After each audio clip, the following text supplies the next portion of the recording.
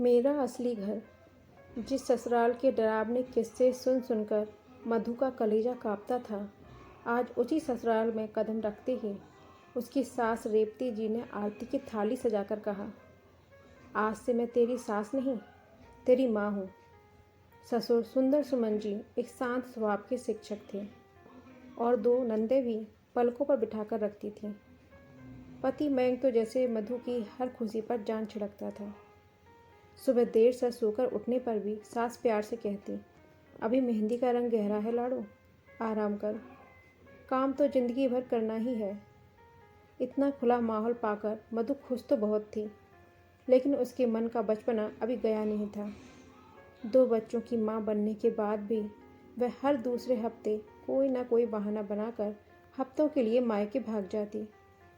ससुर जी कभी कभार टोकते तो सास हमेशा यह कहकर बात संभाल लेती, अभी बच्ची है, धीरे धीरे जिम्मेदारी समझ जाएगी।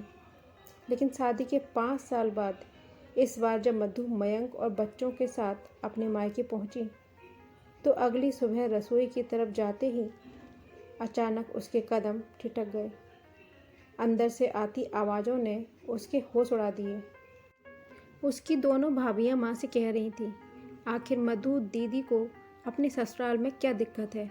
इतना अच्छा पति और सासू माँ मिली हैं, फिर भी जब देखो तब मुफ्त का होटल समझकर यहीं आ जाती हैं।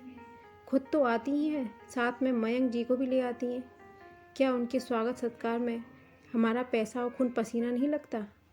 मधु का दिल तो तब पूरी तरह टूट गया जब उसकी अपनी सगी माँ ने भी गहरी सांस लेते हुए कहा, हाँ बहुओं, तुम दोनों बिल्कुल सही कह रही हो।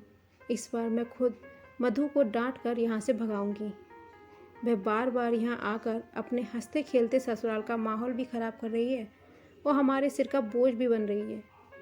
अपनी ही माँ के मुंह से बोझ शब्द सुनते ही मधु के पैरों तले जमीन खिसक गई। उसकी आंखों के आगे अंधेरा छा गया, लेकिन अगले ही पल उसके भीतर का वो भ्रम हमेशा के लिए टूट गया।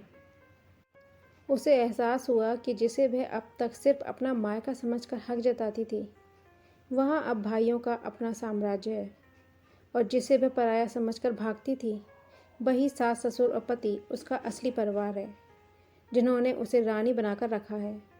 मधु की आंखों से आंसू झलक आए। वह तुरंत रसोई में दाखिल हुई और अपनी माँ के गले लगकर रोते हुए बोली, माँ, शुक्रिया, आज आपने मेरी आंखें खोल दी, पराए और अपने का फ़र्क समझा दिया। अब मुझे समझ आ गया है कि मेरा असली घर कौन सा है।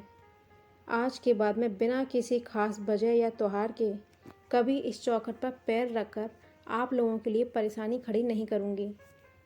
मधु का यह बदला हुआ रूप और उसकी आंखों में अपने घर के लिए वो सम्मान देखकर माँ और भाभियों के चेहरे शर्म से झुक भी गए और एक सुकून भरी मुस्कान भी तैर गई।